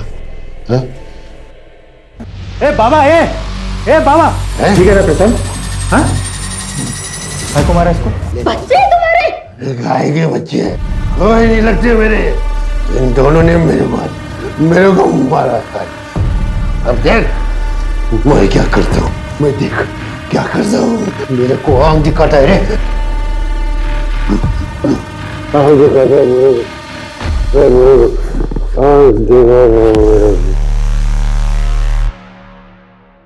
सर निर्मला के कॉल रिकॉर्ड्स मैंने बहुत अच्छे से चेक किए। ज़्यादातर नंबर्स उन्हीं लोगों के हैं जिनके साथ निर्मला की रोज़ बातचीत होती थी, जैसे कि निर्मला के बेटे, निर्मला के चौल वाले, फूल वाला, दूध वाला, मच्छी वाला वगैरह वगैरह। सिर्फ एक नंबर ऐसा है जिसके साथ पिछले 6 महीनों में निर्मला की कोई बातचीत नहीं हुई थी, लेकिन 19 जुलाई शाम को करीब 7:55 पर उस नंबर से निर्मला को एक कॉल आया था। किसका नंबर है? सर उसका नाम नीलेश जोशी है सर, लेकिन उसका मोबाइल स्विच ऑफ आ रहा है और उसके लैंडलाइन नंबर पर सिर्फ रिंग जा रही है, कोई फोन उठा नहीं रहा। एड्रेस क्या है?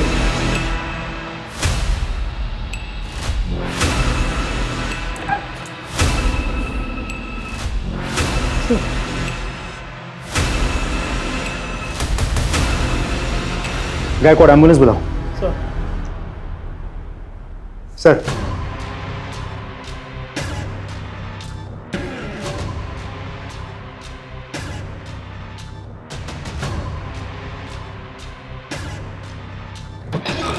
सर मेरी डॉक्टर से बात हुई। नीलेश और उसके घर वाले धीरे धीरे रिकवर तो कर रहे हैं, लेकिन अभी भी स्टेटमेंट देने की कंडीशन में नहीं है। हॉस्पिटल अथॉरिटी को बोल के रखा है कि समय समय पर हमें अपडेट करता रहे। एक और बात सर, राकेश से भी मेरी बात हुई लेकिन उसका कहना यह है कि वो नीलेश नाम के किसी आदमी को बिल्कुल नहीं जानता। सर इस सुधीर के बारे में एक इंटरेस्टिंग इन्फॉर्मेशन मिली है। ये जो गुरु तुझे बैरागी जीवन सिखा रहा, उसका नाम नैना है ना? उसी के साथ था ना तू यहाँ आने से पहले? हाँ साहब, मैं उसी के साथ था। चल अब ये बता, तूने निर्मला को क्यों मारा और कैसे मारा? मैंने निर्मला को नहीं मारा। मैं भला निर्मला को क्यों मारूंगा साहब? क्यों नहीं मारेगा तू? हाँ, यही तो करने आया था ना तू, ताकि सारी प्रॉपर्टी तेरे नाम पर हो जाए, ऐसे बेच बाच कर तू यहाँ से निकल जाए। देखो साहब, ऐसी बात नहीं है। ज्यादा होशियार बनने की कोशिश मत कर, समझा? हम जानते हैं तेरा उठना बैठना था माधुरी के आदमी अब्दुल के साथ, और तूने अपने बेटों को धमकी भी दी थी कि तू उन्हें सड़क पर ले आएगा, है ना? बोल। अब्दुल और बेटों के झगड़े वाली बात बिल्कुल सच है, लेकिन मैंने निर्मला को नहीं मारा साहब। मैंने निर्मला को नहीं मारा साहब। तेरा अचानक से घर से बाहर निकल जाना और फिर वापस आ जाना, ये सब क्या है? बताता साहब, मेरे परिवार में गरीबी बहुत थी साहब, और इसलिए मैं जो भी मेरा जमा पूंजी था और मेरा निर्मला के गहने लेके मैं भाग गया और दूसरे शहर में नैना के साथ रहने लगा। जवानी के दिन अच्छे से कट रही थी साहब, लेकिन जब बुढ़ापा आ गया और पैसे की तंगी के कारण नैना के साथ झगड़ा होना शुरू हो गया, तो मैं वहां से भाग के वापस आ गया ताकि इधर मेरा बुढ़ापा अच्छे से कट जाए। लेकिन मेरी बदकिस्मती देखो साहब, इधर निर्मला का खून हो गया साहब। अच्छा, तो ये नैना क्या कर रही थी तेरी जिंदगी में? ओ साहब, वो मेरा थोड़ा औरत कमजोरी है, तो इसलिए जब अब निर्मला नहीं रही तो मैं नैना के संपर्क में वापस से आ गया। ये बहुत बैरागी कहानियां सुनाता है, इसका बैराग निकालो, फिर जाकर ये सच बोलेगा। सर माधुरी को वहां जिस कांस्टेबल को तैनात किया था, उसने बताया कि माधुरी 2 दिन से दिखी ही नहीं है।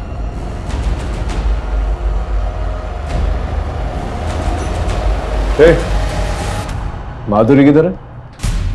क्यों? सवाल हम करेंगे, जवाब दे सीधा सीधा। माधुरी किधर है? 2 दिन से दिखाई नहीं दी। तो तूने ढूंढा नहीं? अरे ढूंढ रहे हैं हम लोग, लेकिन अभी कुछ पता चला नहीं। ठीक है सर, अब्दुल अपने घर पे इतना रिलैक्स था, मुझे नहीं लगता माधुरी कहीं गायब हुई है। मुझे तो लगता है उसे कहीं छुपा के रखा हो। हाल के सवाल उठता है कि क्यों, और इस क्यों का जवाब ढूंढने के लिए हमें सिर्फ माधुरी को ही नहीं बल्कि इस अब्दुल की कुंडली भी खंगालनी पड़ेगी। सर आप एक्सक्यूज मी। हेलो, ठीक है हम पहुंचते हैं। सर ये नीलेश तो उल्टा थाने पहुंच गया हमसे मिलने। सर मैंने अपनी मर्जी से निर्मला को फोन नहीं किया, मुझे करवाया गया था जबरदस्ती। किसने करवाया था फोन? सर मालूम नहीं, लेकिन उसने हुडी पहना हुआ था और एक अजीब तरीके का मास्क लगाया हुआ था। सर आपका पार्सल आया। पार्सल? सुना ना, कोई पार्सल मंगवाया था क्या? क्या कर रहे हो? इधर आओ, इधर आओ, इधर आओ। देखो मैं यहाँ पे किसी को कोई नुकसान पहुंचाने नहीं आया हूँ। क्या चाहिए तुमको? तू वीकेयर इंश्योरेंस में काम करता था ना? हाँ ऐसे में। मुझे निर्मला का पता चाहिए। 10 महीने पहले वो अंधेरी से मलाड के बीच में भूखे प्यासे घर पे पड़े रहे। अगर एक आध दिन भी और कोई नहीं आता तो। लेकिन निर्मला का कुछ तो रिश्ता होगा इस आदमी के साथ। डेटा पता करते वक्त सर हमें ये पता चला कि निर्मला को पता चल गया था ये कंपनी फ्रॉड है और उसने ये नौकरी छोड़ दी, और कुछ दिन बाद मैंने भी ये नौकरी छोड़ दी। आप जा सकते। Thank you sir. सर जिस नीलेश को हम सस्पेक्ट मान के चल रहे थे वो तो खुद ही विक्टिम निकला। लेकिन इसके बयान से एक फायदा हुआ है, हमें एटलीस्ट ये तो पता चला कि वो हुडी और मास्क वाला आदमी नीलेश के घर से निकल के निर्मला के घर पर गया था। गायकवाड़ सर एक काम करो, नीलेश के घर के पास जितने भी सीसीटीवी कैमरा है उसे कंगाल। Right sir.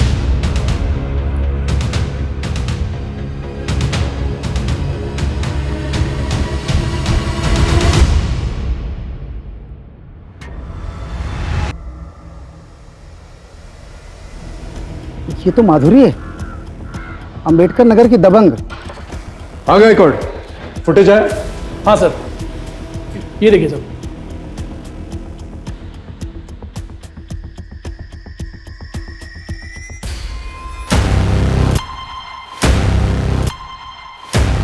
इस ऑटो रिक्शा की डिटेल्स निकालो, उसे ट्रेस करो।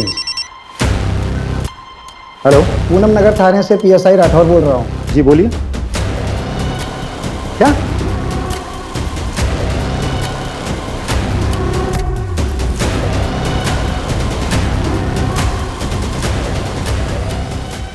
सर, पोस्टमार्टम रिपोर्ट के मुताबिक माधुरी की मौत 25 जुलाई को दोपहर 3 और 4 के बीच में सर फटने से हुई थी।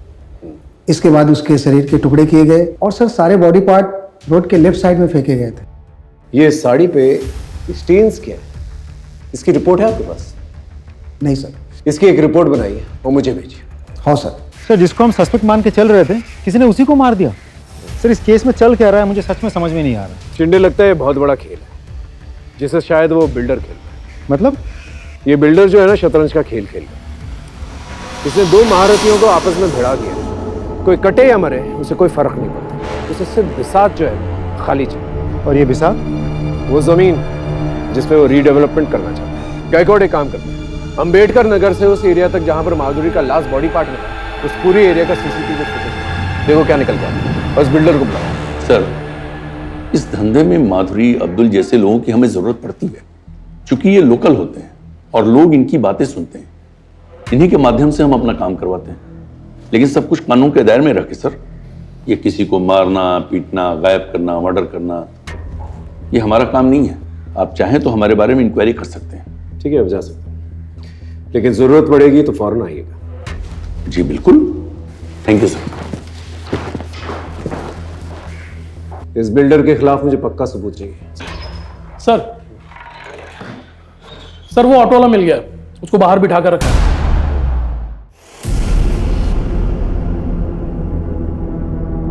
ये तेरा ही रिक्शा? हाँ सर। इस आदमी को तुमने अंबेडकर नगर में छोड़ा था? जी सर। इस आदमी के बारे में कुछ पता है तुझे? कोई नाम या चेहरा कुछ देखा था तूने? नहीं सर। कुछ अजीब या खास नोटिस किया था तूने? कुछ खास बात तो नहीं सर, लेकिन उसने जो हमको नोट दिया था वो फटा हुआ था। भाई साहब, ये नोट नहीं चलेगा, फटा है, दूसरा नोट दो। रख ले, मेरे पास छुट्टी नहीं है। और भाई मुझे नहीं पता, मुझे पैसा दो। अच्छा ठीक है, चल फोन से करता हूँ। नंबर बोल। सर, उसके पास दूसरा नोट नहीं था तो उसने हमको ऑनलाइन पेमेंट किया था। गायकवाड़, इसके फोन में हुए यूपीआई ट्रांजैक्शंस की डिटेल्स निकालो, उस आदमी का नंबर हमें मिल जाएगा। और ये आदमी मुझे चाहिए। सर,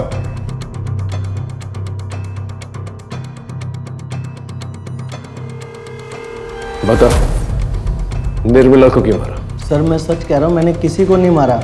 देख, सारे प्रूफ है हमारे पास। तेरा फोन लोकेशन नीलेश के घर के पास मिला और 10:30 से 11:30 के बीच में तेरा फोन लोकेशन निर्मला के घर के पास था। क्या कर रहा था वहां पर तू? नीलेश के घर में गया था और उसके बाद में वहां से निर्मला के घर भी गया था, क्योंकि मैं उस धोखे पर निर्मला को मारना चाहता था सर, जिसकी वजह से मेरी माँ की दर्दनाक मौत हुई है। मुझे अपने ऑफिस के काम से अपनी बीमार माँ को घर में छोड़ के कुछ दिनों के लिए बेंगलोर जाना पड़ा। उसी दौरान सर उस निर्मला ने मेरे घर में एंट्री की। पता नहीं किस तरह उसने मेरी माँ से अपनी दोस्ती बढ़ाई और मेरी माँ को अपने झांसे में लेकर वो एक हेल्थ कार्ड बनाने के नाम पर मेरे घर से सारा पैसा लेके चली गई सर। जब मैं बेंगलोर से वापस आया तो मेरी माँ बहुत बीमार थी सर। मैं अपनी माँ को लेकर जल्दी से हॉस्पिटल गया सर। हॉस्पिटल जाने पे मुझे पता चला वो जो हेल्थ कार्ड उसने बना के दिया था वो तो सर जाली था, उसमें कुछ भी नहीं था। मेरे सारे पैसे लेके चली गई थी सर। उस धोखेबाज की वजह से मेरी माँ की बहुत दर्दनाक मौत हुई सर। मेरी माँ ने मुझे 2 चीजें बताई थी, एक तो वो हेल्थ कार्ड और एक बिना सरनेम का नाम, ये निर्मला। सर वो सब लोग उठ के निर्मला को ढूंढने लग गए। आई कुछ है? आई अंदर ही होगी ना। अरे अंदर नहीं है। ए प्रशांत, आई नहीं मिल रही है, चल देख किधर है। मैं बहुत घबरा गया था इसलिए मैं वहां से भाग आया सर। अच्छी कहानी, लेकिन एक इंसान इतना कुछ कर सकता है पता ढूंढने के लिए, तो जब पता मिल जाएगा तो उसके साथ क्या करेगा? चल ठीक है, ये बता, माधुरी के साथ क्या प्रॉब्लम थी तेरी, उसे क्यों मारा? कौन माधुरी सर? तो तू माधुरी को नहीं जानता? नहीं सर, मैं किसी माधुरी को नहीं जानता। नहीं जानता? सर मैं सच कह रहा हूं, मैं किसी माधुरी को नहीं जानता।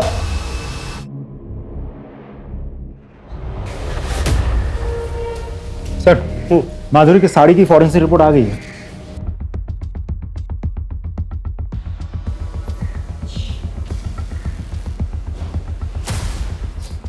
हो साहब, वो गाड़ी मेरी ही है, लेकिन 25 तारीख की दोपहर को मैंने गाड़ी भाड़े पे दी थी। किसको? देख अब्दुल, तेरे खिलाफ हमारे पास सारे सबूत हैं। तूने 19 जुलाई को राकेश से भाड़े पे गाड़ी ली, और वही गाड़ी जो है अंबेडकर नगर से पूनम नगर तक हमें दिखी है सीसीटीवी कैमरा पे, और उसी ड्यूरेशन के दौरान तेरा फोन भी स्विच ऑफ था। जब हमने ड्यूरेशन ट्रैक किया तो पता चला कि तो अंबेडकर नगर से पूनम नगर तक तकरीबन 3 घंटे लगते हैं। चल अब सच सच बता, तू ही गाड़ी चलाता था ना? और तूने ही खून किया ना माधुरी और निर्मला का? नहीं साहब, मैंने सिर्फ माधुरी को मारा है, लेकिन निर्मला को मैंने नहीं मारा। झूठ मत बोल, तेरी पूरी कुंडली है मेरे पास। तू बिल्डर के टच में था, और तूने निर्मला के पति के जरिए वो घर जो है बिल्डर के नाम पर कर दिया था, है ना? साहब वो बात सच है, लेकिन मैंने सिर्फ माधुरी को मारा है। खोपड़ी खराब करके रखी थी उसने। मेरी चुगली करेगा तू? मेरी जगह लेना चाहता है तू? चल बाहर निकल यहाँ से, निकल साला गंदी नाली का कीड़ा। एरिया में फिर से आने का नहीं, समझा? उसके बाद राकेश से मैंने गाड़ी भाड़े पे ली, बॉडी के टुकड़े किए और रास्ते में फेंकता चला गया। अब साहब कोई इंसान सारी उम्र तो किसी की गुलामी नहीं कर सकता है ना, इसलिए मार दिया। उसके बाद उसका और बिल्डर का दोनों का काम संभालने लगा, लेकिन साहब निर्मला को मैंने नहीं मारा। सर मुझे अब भी नहीं लगता कि ये सच बोल रहा है। खातिरदारी करते रहो, कभी ना कभी तो सच बोलेगा ही। सर राकेश की गाड़ी की फॉरेंसिक रिपोर्ट आ गई है, जो कि बहुत ही चौंकाने वाली है। सर उस गाड़ी में एक नहीं बल्कि 2 इंसान के ब्लड के ट्रेसेस मिले। अब बोलना शुरू करेगा? आप लोगों को कुछ गलतफहमी हुई है, मैं कुछ नहीं किया। तेरे खिलाफ हमारे पास सबूत भी है और आई विटनेस भी। आई विटनेस? तेरी गाड़ी में निर्मला के ब्लड के ट्रेसेस भी मिले हैं, और हमें पता है तू मार कर उसी गाड़ी में लेकर गया था। मैं क्या करता साहब, ये काम मैं अकेले नहीं कर सकता था, इसीलिए मैंने प्रशांत को भी शामिल करने का डिसीजन लिया। इसके लिए साहब इसका ब्रेन वॉश करना बहुत जरूरी था। इसका अंडर 16 ट्रायल मैच था ना, आई ने इसके गले में एक ताबीज बांधी थी। मैंने इसको उस दिन नशीला पदार्थ खिला दिया, ये मैच ही नहीं खेल पाया। फिर मैंने इसको बताया कि ये जो आई ने गले में ताबीज बांधी है ना, इसके कारण तो मैच ही नहीं खेल पाया। साहब आपको याद है एक पुलिस वाले की लाश मिली थी जिसपे कीड़े पड़ गए थे, वो पेपर में भी छपा था। मैंने प्रशांत को बताया कि आई ने इसको श्राप दिया था। मैं खुद साहब इसके सामने नकली खून की उल्टियां करता था। पहले इसको बताया कि आई के काला जादू के कारण मेरे को कैंसर हो गया है। मैंने इसके दिमाग में ये बातें बैठा दी कि ऐसे लोग किसी के सगे नहीं होते, ये लोग अंधे होते हैं। ये लोग अपने स्वार्थ के कारण अपने कोख की भी बलि दे सकते हैं। अगर हम दोनों को बचना है ना, तो हमें कुछ करना होगा। तब जाके ये माना साहब। हमने डिसाइड किया था कि आई को ऐसे मारेंगे ना ताकि ये सुसाइड लगे। हम सोच ही रहे थे कि अपने प्लान को कैसे अंजाम दें। तभी बाबा आ गए। फिर हमें लगा कि ये तो अच्छी बात है, अब अगर कुछ होता है शक बाबा के ऊपर जाएगा, ताकि वो इतने सालों बाद वापस आए। सर उसी दिन हमने खाने में दवाई मिला। वो फूड पॉइजनिंग वाला केस हुआ था ना, उस रात को जब चौली के सारे लोग सुकून से सो रहे थे, बाबा भी घर में नहीं थे, मैंने आई को पानी में नींद की दवा मिला के पिला दिया। फिर साहब जब वो अपना होश खोने लगी ना, तब हमने अपने प्लान को अंजाम दिया। तो इस दुनिया की सबसे अच्छी आई है, पर तू अपने ही बच्चों के लिए जान का खतरा बन गई है। तुझे इस दुनिया से जाना होगा, पर तू चिंता मत कर आई, तेरे बच्चों ने तेरे मोक्ष का सारा इंतजाम कर दिया है। आज 19 जुलाई, हम तुझे उसी पेड़ के नीचे गाड़ेंगे जहाँ नाना जी की अस्थियाँ गड़ी हुई हैं। और वो जो ब्लेड थी उसको कपड़े से पोंछ के आई की बॉडी के पास रख दिया और वापस घर आके सो गए। लेकिन तुमने अपनी मां को मारा क्यों? मैं क्या करता साहब? मैंने कहा ना, मैं तुझे सलमा से शादी नहीं करने दूंगी। लेकिन काय को आई?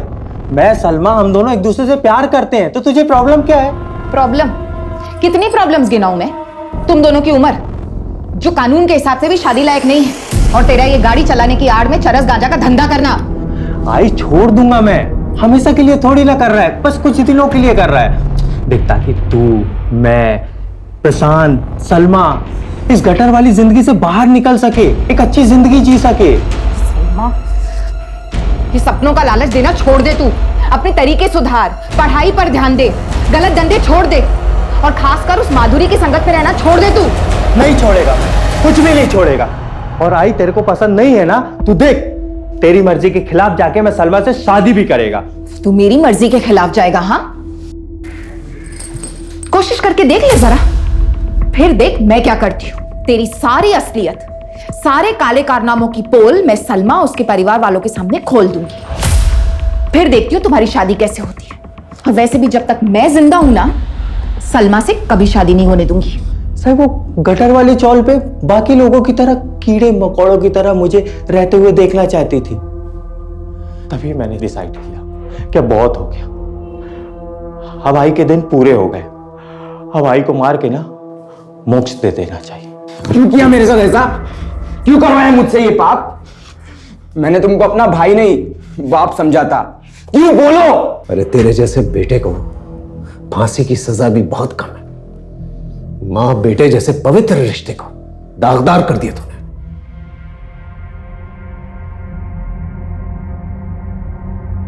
सर ये केस तो बड़ा ही डिस्टर्बिंग निकला। माँ बाप और बच्चों का रिश्ता जो है विश्वास और समर्पण पर टिका रहता है, लेकिन जब लालच बीच में आ जाती है ना, तो विश्वास और समर्पण दोनों ही खत्म हो जाता है। सर आपको नहीं लगता कि कहीं ना कहीं निर्मला खुद भी दोषी है? इसने अपने बच्चों पे कभी ध्यान ही नहीं दिया, क्योंकि एक ही बार में बच्चों में इतना बड़ा बदलाव तो आया नहीं होगा। बिल्कुल ठीक है। निर्मला को पहले से ही भांप लेना चाहिए था कि राकेश के नेचर में कुछ बदलाव आ रहा है, क्योंकि जब तक उसने ये महसूस किया राकेश बहुत आगे निकल चुका था। प्यार और लालच में इतना अंधा हो चुका था, उसे कुछ दिखाई नहीं दिया, और नतीजा हमारे सामने। क्राइम पेट्रोल्स के और भी दिलचस्प कहानी देखने के लिए हमारे चैनल को सब्सक्राइब करें और बेल आइकॉन दबाना न भूलें।